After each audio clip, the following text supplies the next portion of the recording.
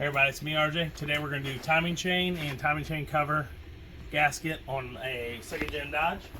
You're going to need some coolant. You're going to need a timing chain. We went the Coolant double tooth instead of the single heavy duty with the double teeth chain. You're going to need a possibly water pump, a inch-pounds torque wrench. You're going to need some gaskets. We went with the Felpro with the rear front main seal, harmonic balancer. Since you're in there anyway, you might as well redo your thermostat. Get a thermostat cover or gasket, $1 something. Big drain for all the coolant. Also a bucket over there for the extra, and a bunch of sockets and tools. So we're gonna get on this. So we'll be with you in a minute. Check out the full video. Whole drain part. You're gonna need that for when you start taking the hoses off. Take your bucket. You have it right here under your frame. You can show them right here. This is your radiator drain plug. It is right there. So I am going to get a, I don't think I can do it by hand, but let's see. Too tight? No way. Yeah, I didn't think I would, but pause it. Okay, keep your channel lock in there. Get it loose. Once you break it free, you can use a regular wrench if you want. You should be able to go by hand. And when you do this, it's going to just start dripping.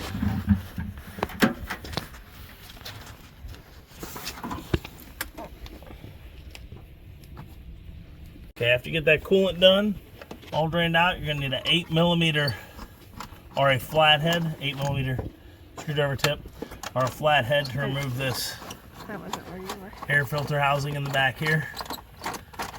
Get that nice and loose out of there.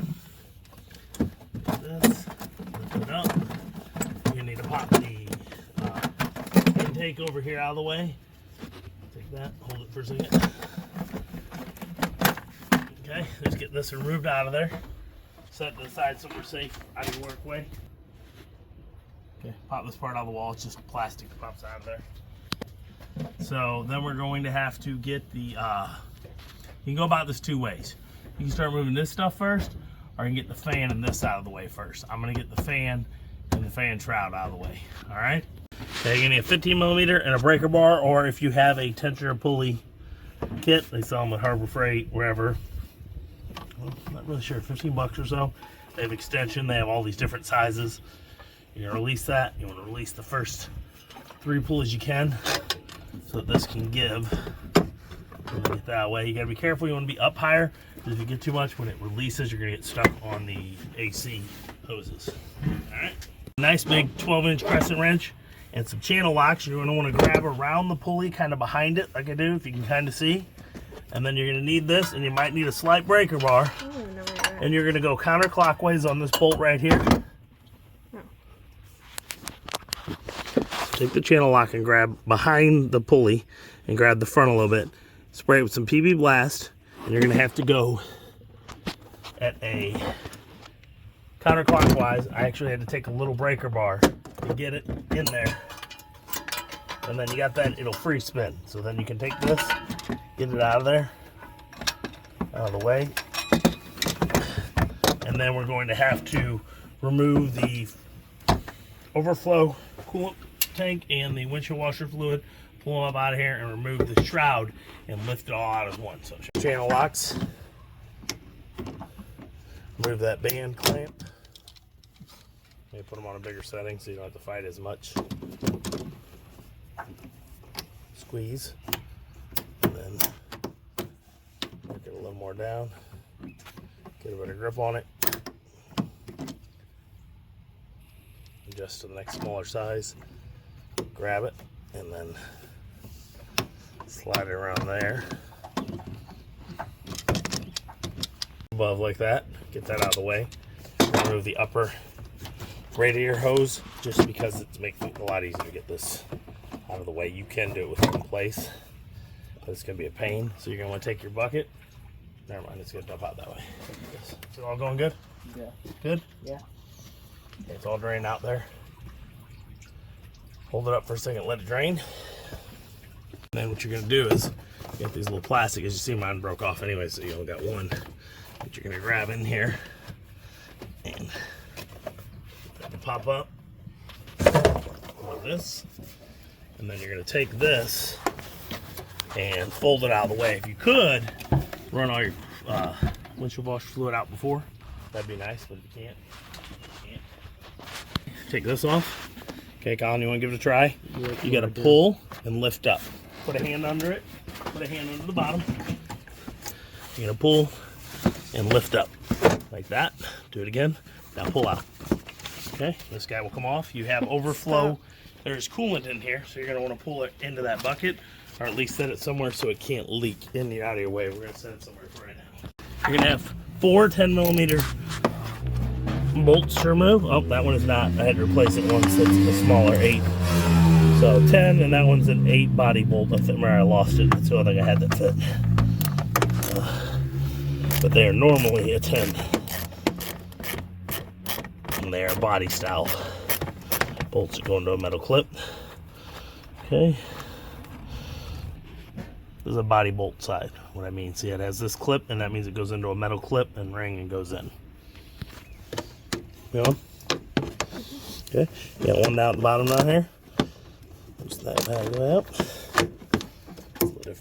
Alright, so once you get that loose, it'll just spin freely and release itself. And like I said, it's counterclockwise. It's eventually, you want to stand there and hold it, it's going to just come loose. And then you're going to have to lift the shroud and the fan. Be careful, you don't want to hit your radiator off together. So you want to take this. Watch out, guys. There's possible coolant in there. Yummy. Still. Okay.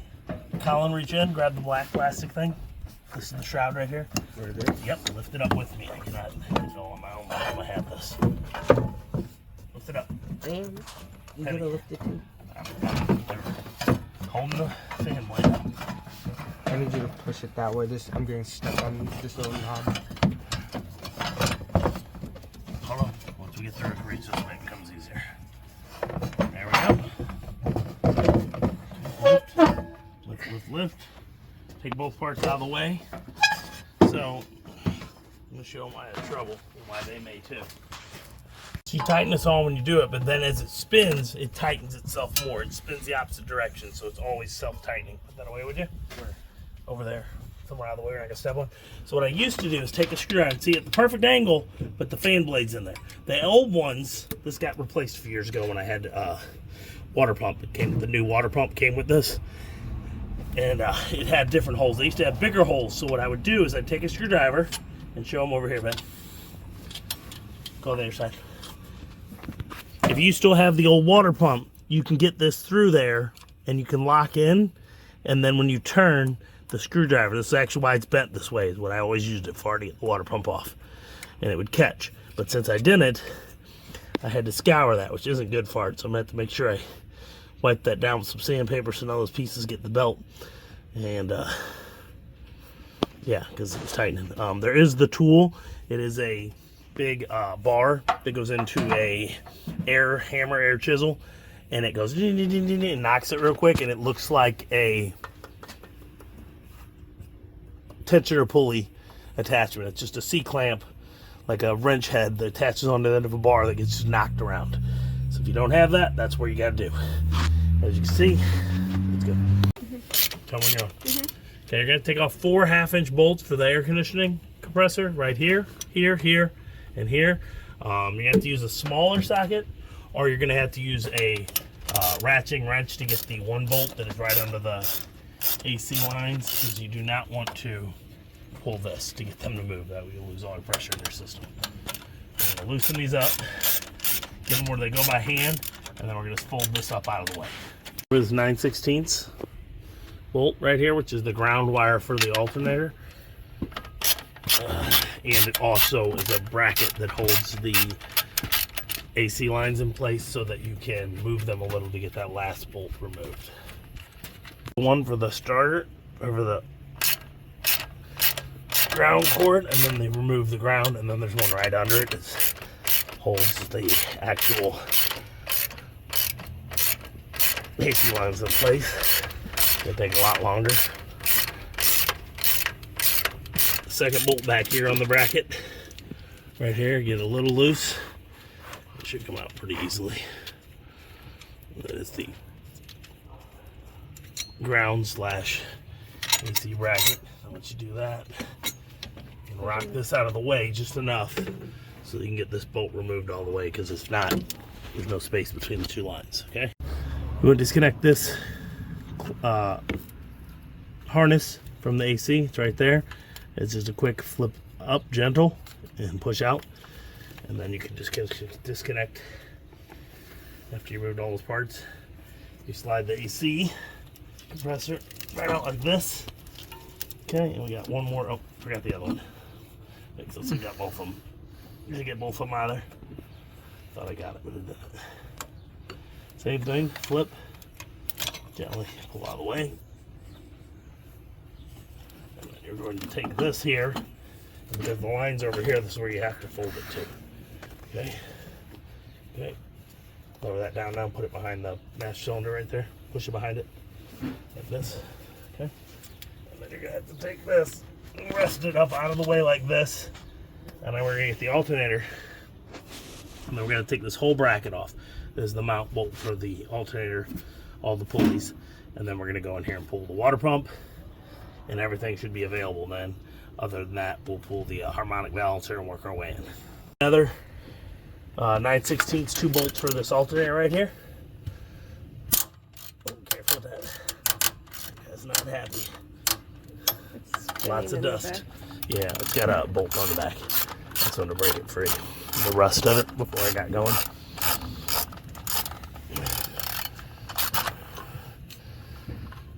Good thing about fitting everything is you remember where every part goes later. You're not like, where'd all these bolts come from? Okay. Seats on the back. You got it. Hold it.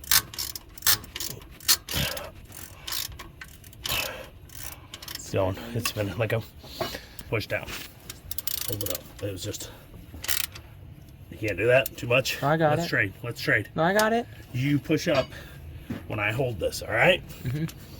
When I'm ready, go up. Lift up. I am. Lift it as hard as you can. You can't? Okay. They decide they want to go back down to a 1/2 inch. I believe that's what we are, yep. And for the dipstick mount, you're going to have to remove that.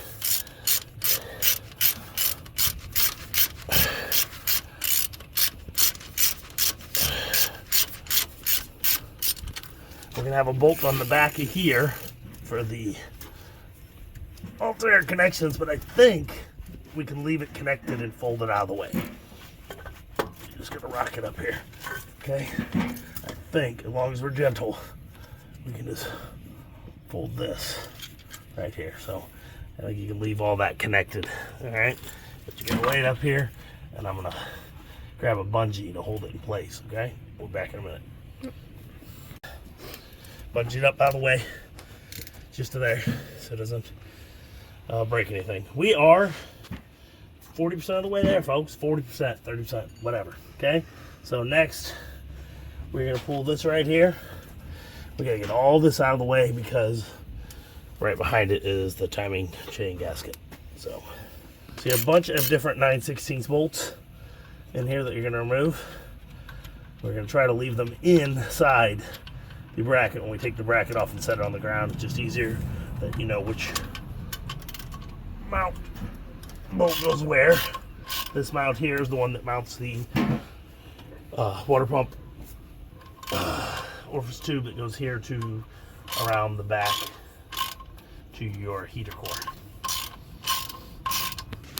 Because they will cover up your timing chain cover. Here's the one on the orifice tube. Right here, comes off your water pump, goes around to your heater core. The idler pulley, still a 9/16. It has to come off. One of the bolts to the mounting bracket is behind it. So you have to take this idler pulley out of the way.